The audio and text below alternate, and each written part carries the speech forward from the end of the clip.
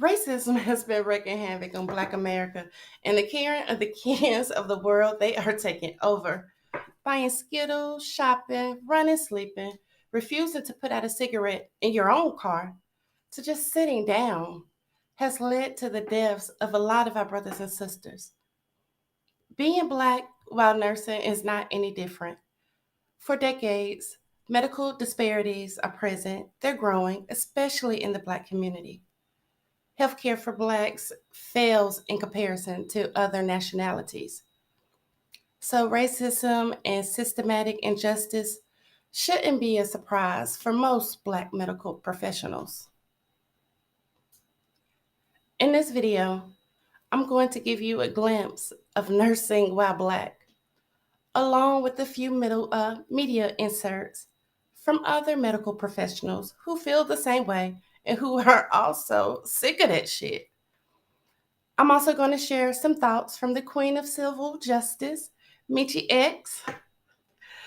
If you are a Black nurse and you have too been dehumanized while working, and you want to know what you can do, this video is for you, so stay tuned. It also clears up that rant I made yesterday. Sorry about that. Most nurses decide to go into the field because they want to do something honorable, something fulfilling. You put thousands of hours to be good at your craft, to be honest in what you do, not counting the blood, sweat, and tears it takes to get the license. And once you finally pass the NCLEX, it's like walking on sunshine. And you can't wait to tell everybody. You be in Walmart, anywhere you go, I'm a nurse, I can help. Unfortunately for Blacks, that sunshine is going to turn into rain all too often. Just wait till you meet your first racist patient or a Karen and Ken coworker on your job. If you've been around like me over 15 years, you'll notice that you're going to keep on noticing it. It's a continuous thing. We don't try to pick on you. Systemic racism in healthcare. Black nurses and hospital staff working in fields largely dominated by women know this all too well. Now, Black nurses are sharing their experiences and demanding change. I had experiences with patients, a lot of patients. I'm young, I'm Black, I'm a woman, and they don't like that. I've been told that I don't want you to take care of me because you're Black, literally. I've been called the N-word. Some patients have been violent towards me because I am Black. It happens around a resident will say things such as, to some of my employees, I don't like your hair, I don't like your skin, don't touch me. We talk about the opportunities that we've missed, the double work that we have to do just to get to the level of someone who's non-Black. Advocates are encouraging Black women and men to not give up the good fight, even though it can be exhausting. But the burden of educating cannot only be placed on the backs of Black people. Allies are needed. Continue to take your place because we're as good as anybody else, even though they're trying to make us believe that we're not. If we're not taking care of the healthcare system, there's a lot of issues that are not, underlying issues that are not taken care of. Policies and education reform are primordial, they say. So we should review education towards nursing schools because we need to evolve our practices. These nurses claim stereotypes and false information has been taught in school, such as Black people having thicker skin and being able to tolerate more pain. If someone Black is complaining about pain, they're really not going to take it as seriously. One nurse recounts how she witnessed how Black patients are being treated differently than white patients. So she had to go in like an emergency C-section, but it took them like a good 16 hours to understand that she was not going to give birth naturally. It was really, she had to go through a C-section and the woman died. But had been taking her pain seriously earlier, she might not, I'm not saying she will survive, but she maybe could have been alive. From patients that I ask for, some patients they ask, who's my nurse? It's me. You didn't think somebody Black could be? They want somebody else. They might just plainly tell you that. Or they might rub you on your shoulder and they might say, I I'm sorry about what happened, because they're looking at the news. When you go tell your coworkers what happened, if they want to switch out, wait till you get the coworker who tells you that their granddad used to keep ears and black Negroes' ears in the pockets like a coin, like good luck. Being black in nursing or any corporate or professional job, we have to manage to fit in. You got to be two people, one for work, one from home. Our culture is just not understood. Sometimes it's downright not accepted. In my experience, they want the black nurse, especially a woman, to be the gossiper, to be messy. If you keep to yourself, then you're offensive. Even when you master no talking too much, not standing out, not having too much of an opinion, going to work, not being late, being exceptional at what you do, you still won't get promoted as fast. You don't get the flexibility as everybody else. And most times you're not going to get the benefit of the doubt in a hostile situation. Don't let me start on the hairstyles. Don't have some Beyonce braids. You might have got a policy violation. Queen Mechee X has some thoughts on this. Check this out. When you talking about dark-skinned women and nappy hair, you talking about my mother, motherfucker. You're talking about my children. So how is that not my fight? So let's go a little bit deeper in that.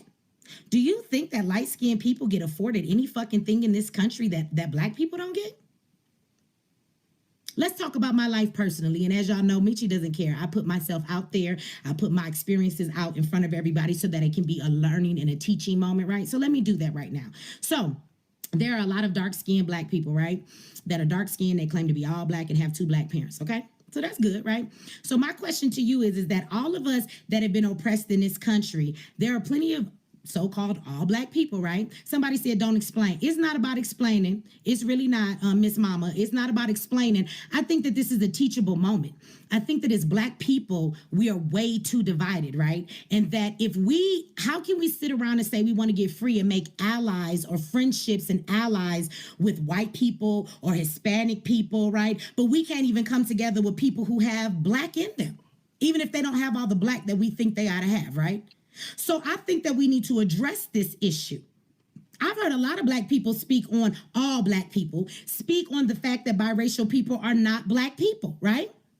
But I find that I haven't seen any biracial people come forward and speak from their perspective. I walk in these biracial shoes. So maybe I should give y'all my perspective so that y'all will understand there is no difference when it comes to our fight, because I'm not treated any better than y'all. So how is that not my fight, right? So let's talk about that. For all of the dark skin, all of the so-called full black people, right, in this country, I know that there are a lot of y'all that have suffered some of the same things that I have suffered. I'm getting ready to tell y'all. But there are a lot of people in this country that are black. They're way darker than me. They have two black parents, and they still have not experienced what I have experienced in this country as a black woman. So I had, right? Shout out and honor to my brother. That is an ancestor. So I had a brother, right? My older brother. And he had the same father as me, same mother. We did the same exact makeup, right? He was a little darker than me, right? But my brother went to prison, right? And in prison, the guards, because they thought he was a nigga, right? And I got all of his paperwork so that I could read it. And he used to write a journal every day. And so they sent us his box of paperwork after they hung my brother in his cell. And then they tried to say that it was suicide, just like they did Sandra Bland, right? They did that to my brother. My brother, who is half white and half black, that has the same white father as me, right? So how the fuck do you get to tell me that this is not my plight? How the fuck do you get to tell me that I'm not fighting the same fight as you? How the fuck do you get to tell me that? Okay? I got my brother's paperwork. I saw that he wrote in his journal every day talking about how they would come in his cell and beat him up, call him niggas and every goddamn thing else. So the question is, when the enemy comes against us, did they say, hold on, don't beat this nigga ass because he's half white? Did they say that? No, they didn't. They didn't see him any different than they saw Sandra Bland, and that's why they hung my brother, called it suicide, claimed he left a letter. It's been 22 years. We've never seen that suicide letter because my brother didn't commit suicide. They used to go in that cell and beat him up every day. When they sent his box of paperwork, they didn't look through his paperwork, and in his paperwork, it told the whole fucking story. So my brother got hung because he was a nigga. So what part of that story says that I'm not black? What part of that story says that I haven't had to deal with the same things that happen to everybody else in this country that's darker than me or has two black parents, right? I'm just saying. So y'all tell me where the fucking difference is, because I don't see it. I don't.